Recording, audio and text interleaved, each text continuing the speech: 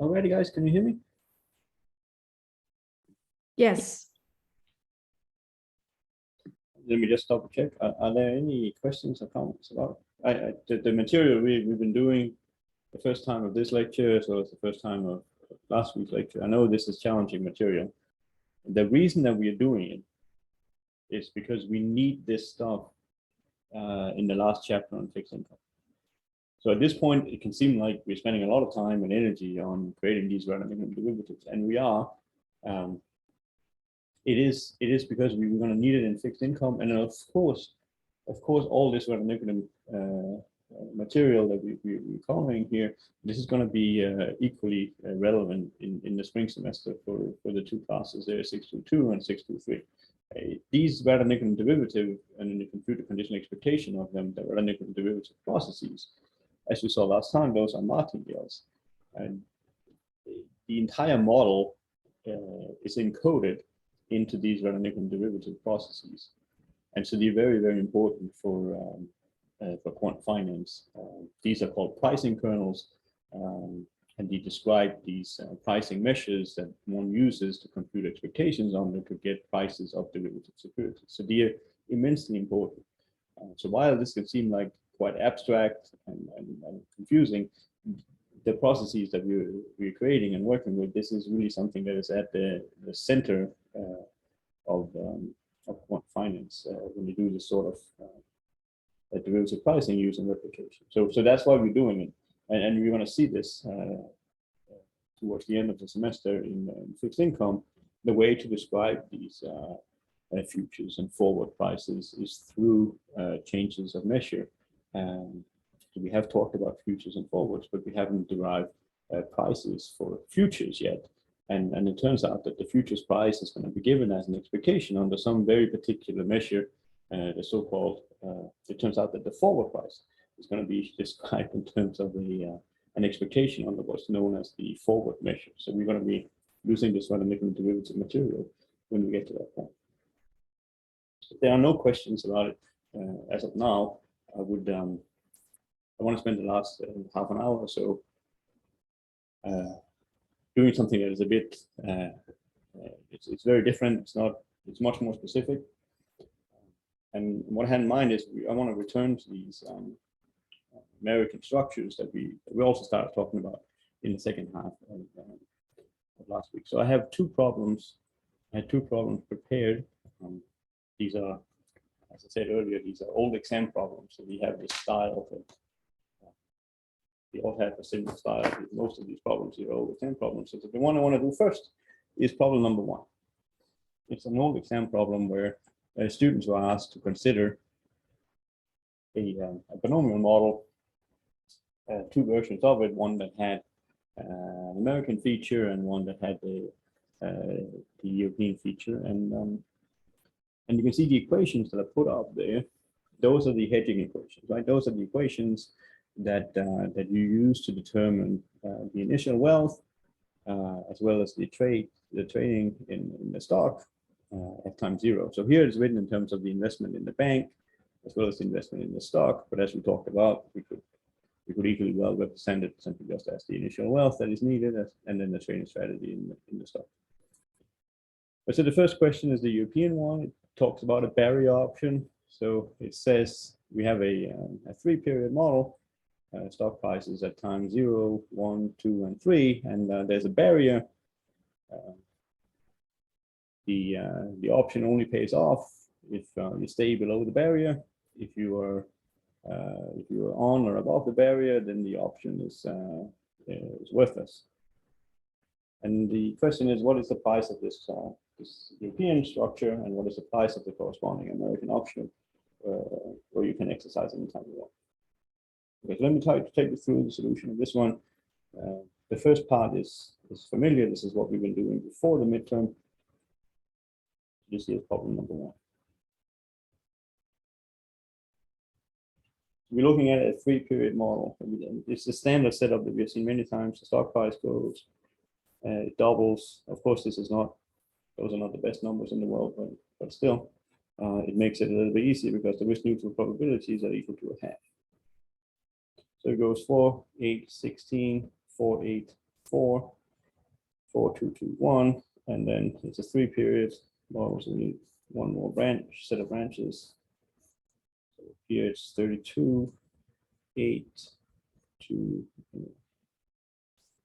Right, and the barrier in the problem was given to be 10. So this here was the stock. We have the last point is out here, time 3, time 2, time 1, time 0. This is the stock. And then we put in a barrier. The barrier is 10. This is our barrier. This is the barrier. So if you get above, you're worthless. The option bar is worthless. If you're downstairs, then depending on whether it's a European one or an American one, you can either exercise only at the end or you can exercise anytime you want. So we start out with the European one.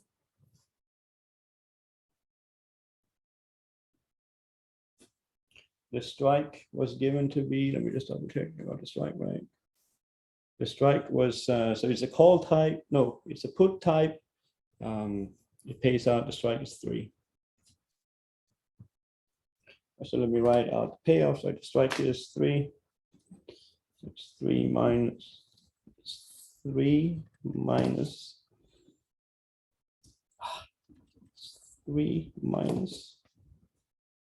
and then if it's at time 3, this 3 minus is 3.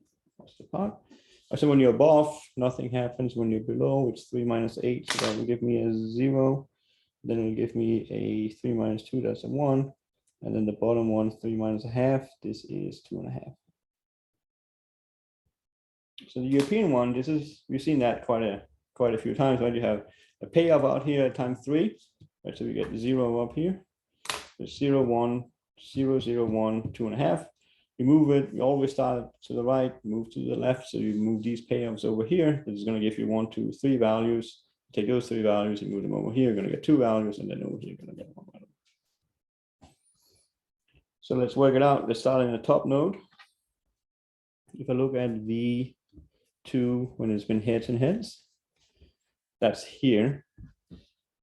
But that's going to be 0, right? Because there's no payoff coming ever. So this is a 0. Then I could do V2 heads tails. So that would be, I do heads and then I do tails. So I'm in this node. And what's the value that's going to come in here? It'll be 0 and 1. It'll be 0 and 1, right? And so we have 1 over 1 plus R times P tilde times the up was a 0 plus 1 minus P tilde times the down was a 1. But in our model, we've seen these numbers here so many times. This is 1.25, right? And this here was a half. So both of them are halves. You get 2 outside. We always end up with this factor in these models is 1.25. That's coming from the setup that U and D are equal to, U is equal to 2, D is equal to a half, R is equal to 25%. So this is what leads to these nice numbers to work with here. And so here you have a 1 and a 0. We just multiply 1 to it 1. So this is 0.4. That was the value here. Then you go downstairs. And you go downstairs. So that will be downstairs. It will be so I did heads, tail. So I'll go downstairs. So it will be tail. So I'm here, so I can go to heads.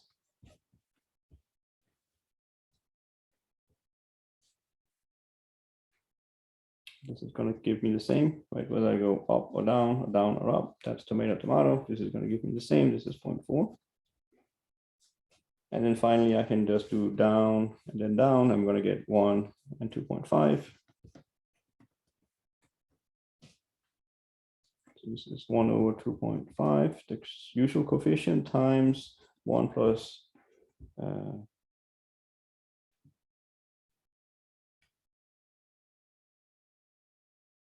be 1 plus 2.5. So this will be 1 plus 2.5. So this is 3.5 divided by 2.5. Okay, so this is the European structure. I just moved these 4 points 1 over, and now I'm going to move them 1 over again. I'm going to move them 1 over, so I have the values sitting here. I'll move them to time. Maybe I can do a pin sheet. I could also do V1 of heads, say. So now I'll need the two values I have here. It is 1 over 2.5, and then I need to add them up, 0 plus 0.4. So 0.4 divided by 2.5. And then I also need the tail value. That'll be the one here. So I need to look at the two values I have here, move them back. 1 over 1.25, 1 over 2.5, and then the two values, 0.4, and this 3.5 over 2.4.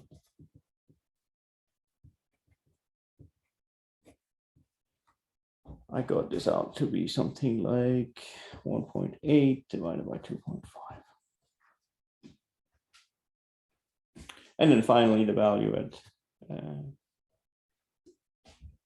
I don't even think we're asking for the value at time 0, but you could compute the value at time 0. What is being asked for? What is being asked for in the problem? Let's just double check what is being asked for. You're setting up the replicating portfolio. Okay, so these are the values, the right-hand side that you're seeing here. This is what you get out from trading in the bank. That's the first term. And then what you're trading in the stock when you are in the upstate. This is the value that you're getting from trading in the bank plus the value of the stock in the downstate. And your job was to determine, our job was to determine A and B. And that's what we did. So A and B would just be, this would be my A, and this would be my B. So that was a European one, and there's not a lot of action here relative to what we've been doing already many times. So let's look at the. Ask a question. Yes, of course. For V1 of H and V1 of T, why aren't you multiplying by P tilde inside? Because it's already embedded in here. This here is okay. 1 plus R times P tilde. Okay. This is 1 over 1.25 times a half. Right, and because P tilde is equal to half, I don't have to, I mean, had P tilde been like 0.4, right, I would have to have put 0.4 here and then 0.6 over here. But because it's a half, I just put everything outside. And this quantity here is just 1 over 1.25. Okay, thank you. Okay, good. So the new feature in problem number 2 is that you have this American property. So you're not allowed,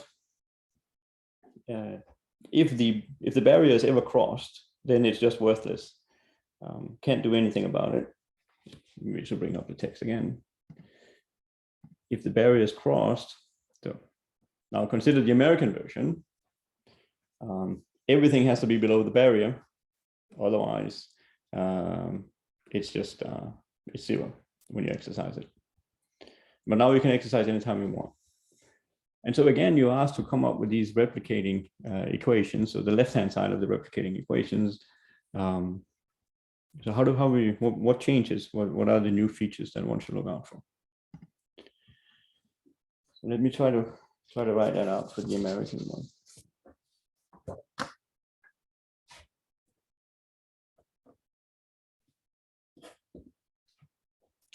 So now we can exercise anytime we want, provided that we haven't crossed the barrier. So we can go up, we don't cross, we can go down, we can exercise here if we so desire. Like the strike is 3, so we get 3 minus 4 plus the part. This will give me a 0. Be careful now, because if you go up and up, we cannot go down. We're not going to get anything there. What else? What, the 1 down here? So here we have not crossed the barrier. So 3 minus 1, this will be giving me a 2. And over here, this will be a 0 if we exercise. So we were not going to exercise there, but here we might consider exercising. This will be 3 minus 1. This is a 1. And of course, over here, we're going to get a 0. So it's very unlikely we're going to exercise here. It's probably better to hold on to it, because if we exercise, we get nothing. But here there's a decision to be made, and here there's a decision to be made. Right? Because here we get positive intrinsic values. This is where the potential exercise could happen, right? These are potential early exercise. So that's where we should look out. This is where the intrinsic value is positive.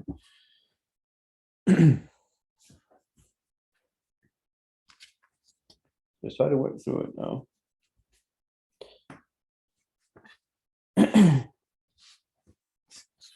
So the American one, what do we need to do is we need to move the payouts back. We need to move the payouts back just as before. So here we're moving a 0 back. That's not going to happen much. Here we're going to move 0 and 1 back. So we're comparing getting $0 now versus getting either 0 or 1 in the future. I don't think we're going to be exercising there. So that value has not changed. But here there's a real decision to be made. Do we prefer $2 today and exercise, or would we rather live with the gamble and then get 1 or 2.5 in the future? Right? So there's a difficult decision to be made here. So let's try to work that one out.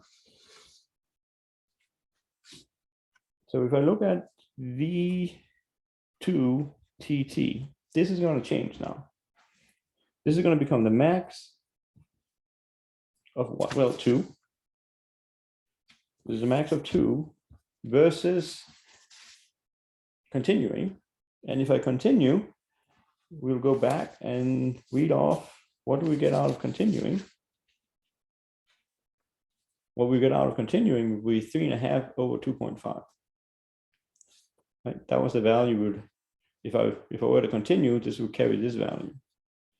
So I have 2 versus 2.5. 2 versus 3.5 divided by 2.5. And you can see here, 2 is bigger. So there's actually exercise. So this here is an exercise point. If we get down to this node, we exercise. So already there, you can see there's going to be a difference between the price of the European one versus the price of the American one. This flexibility here did not exist for the European one. Here it exists, and we're taking advantage of it.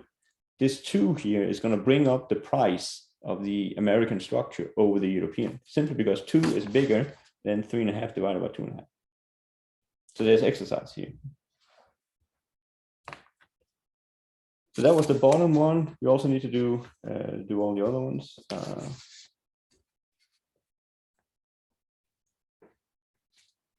What about this one here? These will remain the same. This one here will remain the same.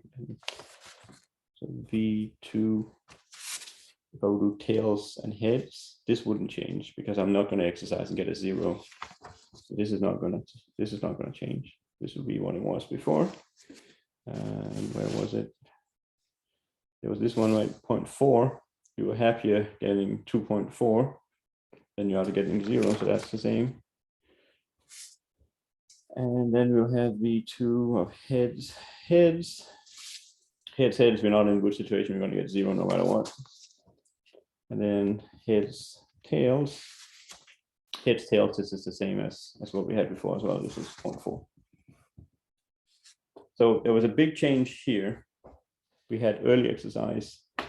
This here was early exercise. It's optimal. Early exercise, this is also called stopping.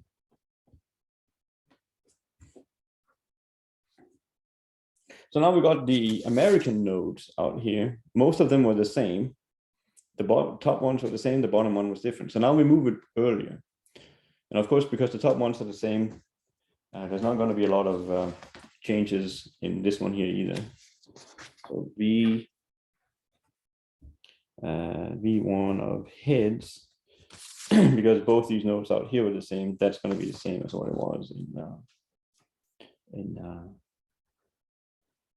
the European case. So this was 0.4 over 0.25. But now here there is a decision to be made. Like if I exercise, I get 1, or I could continue. I could stop, get $1, or I could continue So there's a decision to be made for the other one. So now we have a max again. This is a non-linearity that's coming into play. And the max is going to be with 1. That was the intrinsic value at the time. The red ones are the intrinsic value. So here there's a 1. And what is the alternative? Well, the alternative is to look out in the future. Look out in the future, I need these 2 values. What do I have out here in the future? This is going to be 1/2. So this is, let me write it out. Right? So this is 1/2.5.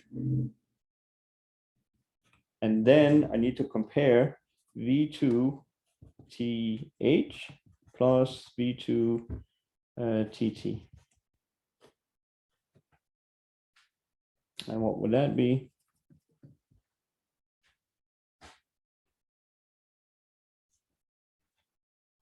This would be max of 1. And what are these 2 values?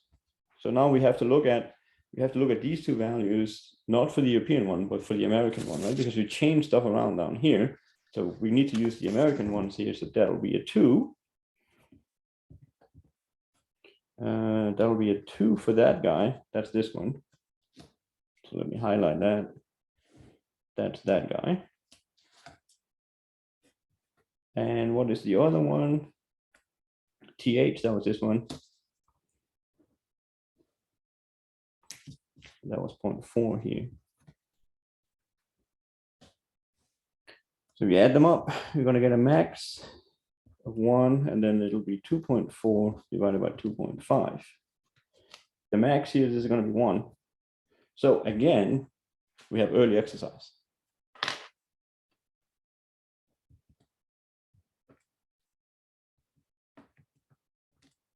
Early exercise is optimal. Continuing, the value is going to be 2.4 over 2.5. Exercising, this is going to give me 1. 1 is bigger. We're going to stop.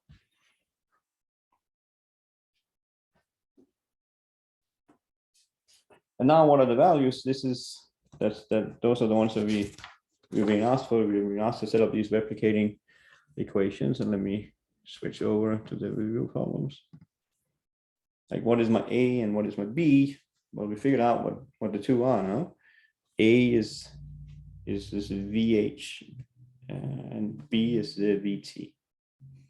One was 0.4 over 2.5, and the other one was the 1. So this one here is my A. My A has not changed. It was the same in both of them, but B has changed quite a bit. Right? B is bigger. This here is my B. 1.8 divided by 2.5, this is smaller than 1. And this reflects the fact that the American structure is more valuable than the European one. And as a consequence, the price we have to pay for this flexibility, this goes up.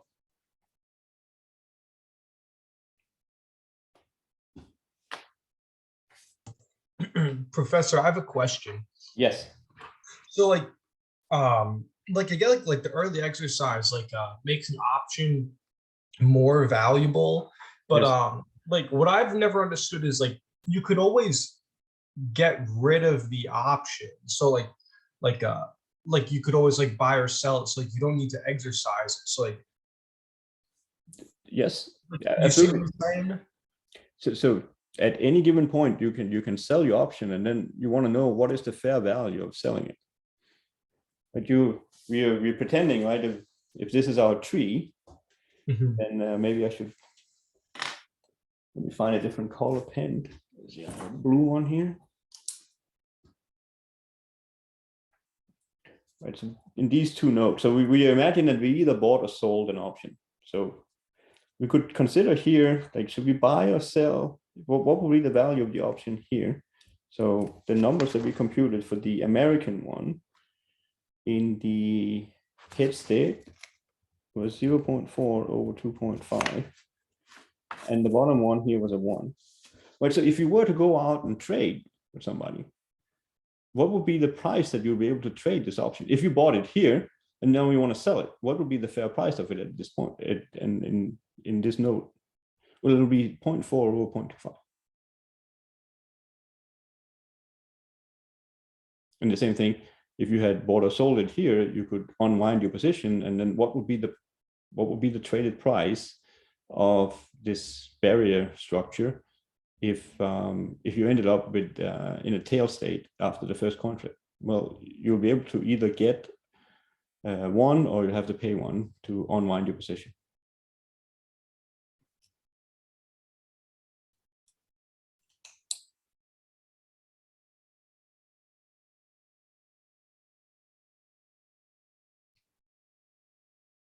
Does that make sense? Yeah, that makes sense. Right, so you're free to trade these options. Right, what we're constructing here is the price process for these derivatives, and so this price process, like, you could ask how I mean, what is going to be the traded price for the option in this node? What is going to be in that node, this node, and that node? Well, that's what we call the price of the option. This is the value of the replicating portfolio.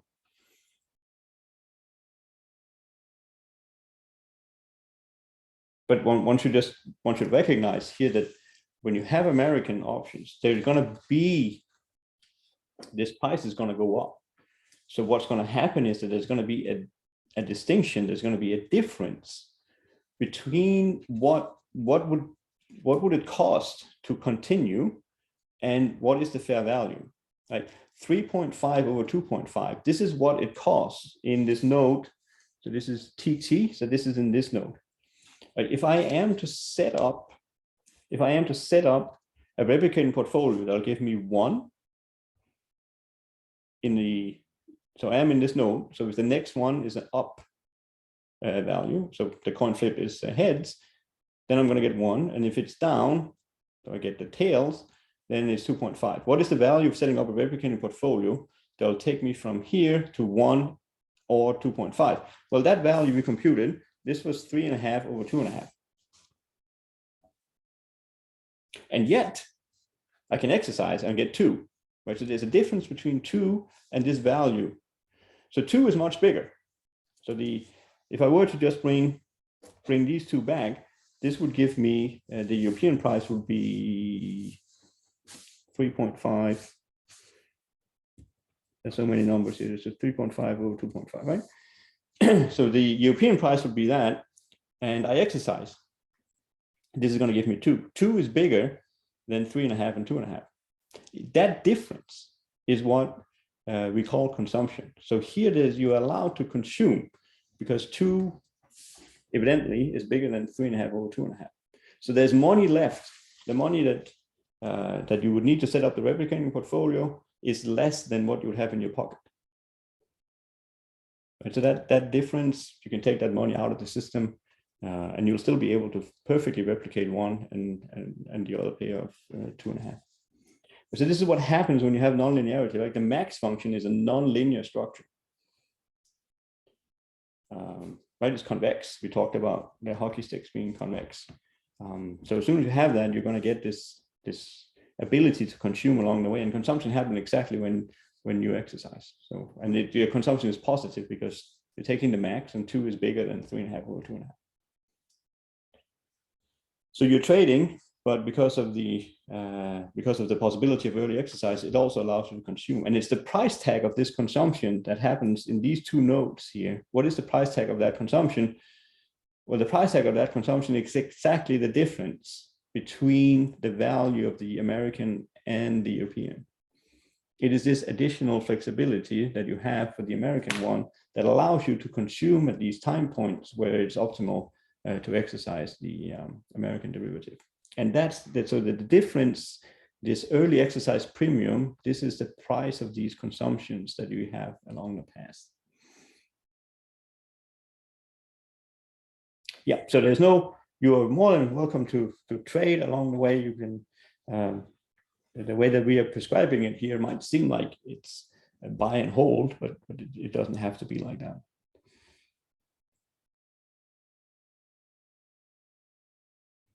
Are there other questions or comments?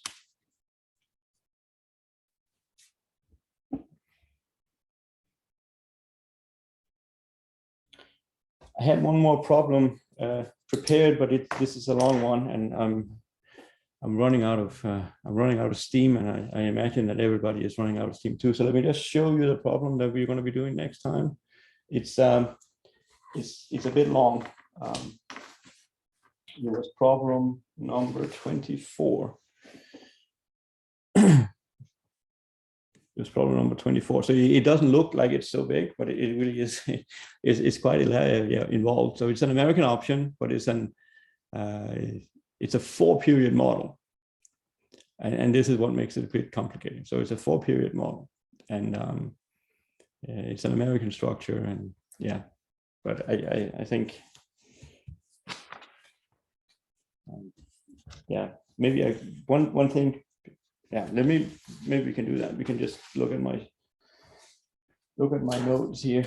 So just it's an American up and out put, and the solution, there's a solution typed up too. But let me try to show you the picture here. So this is number 20, number 24. So it's exactly the same tree as what we had before. I guess this doubling of the values, it doubles, and then the interest rate is 25%. So you get these risk neutral probabilities being exactly a half. So now the feature is that if you cross this barrier, before the barrier was 10, now it's 7. If you cross the barrier, it's over, game over. If you don't cross it, then you have an American put.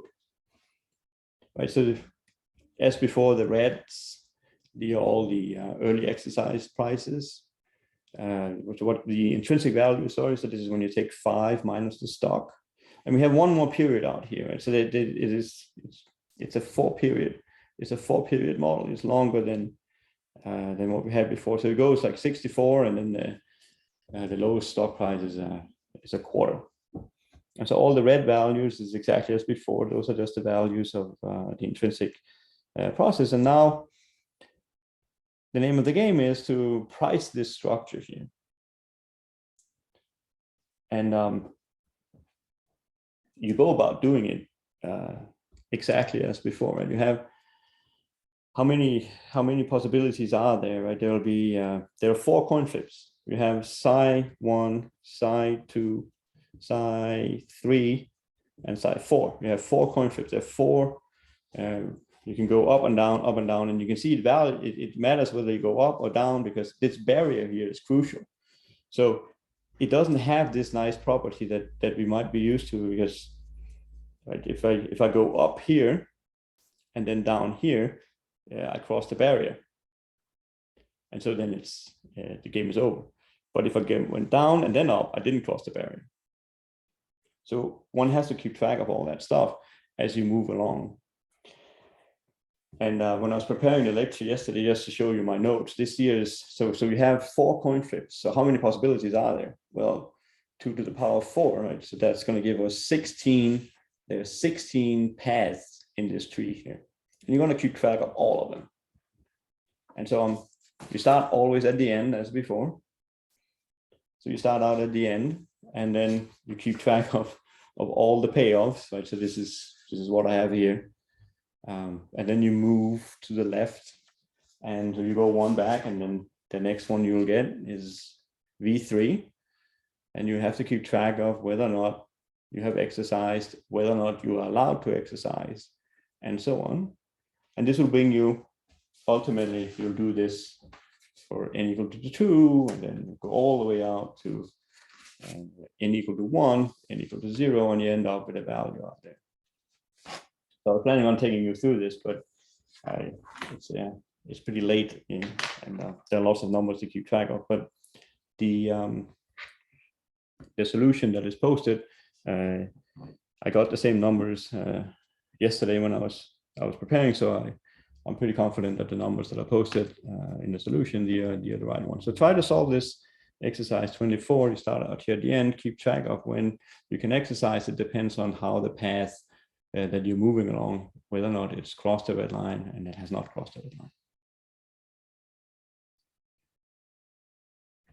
Okay, Are there any questions before we end here, and then we will continue with these discussions on next week?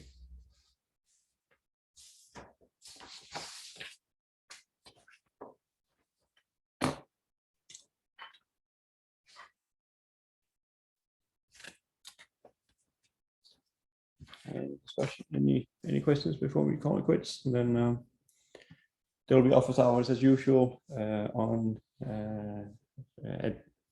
Sherry has them, and I'll have them on Friday morning. Okay, so next, there are two problems that I would like you guys to look at. The first one was this strange radionuclidium derivative with theta times xy, and we can try to go through that next week. And then there was this problem number 24. Try to work through that before the next lecture, and then we can talk about it. All right. Otherwise, I will see you guys. I'll see you guys later. Thank you, Professor. Take care.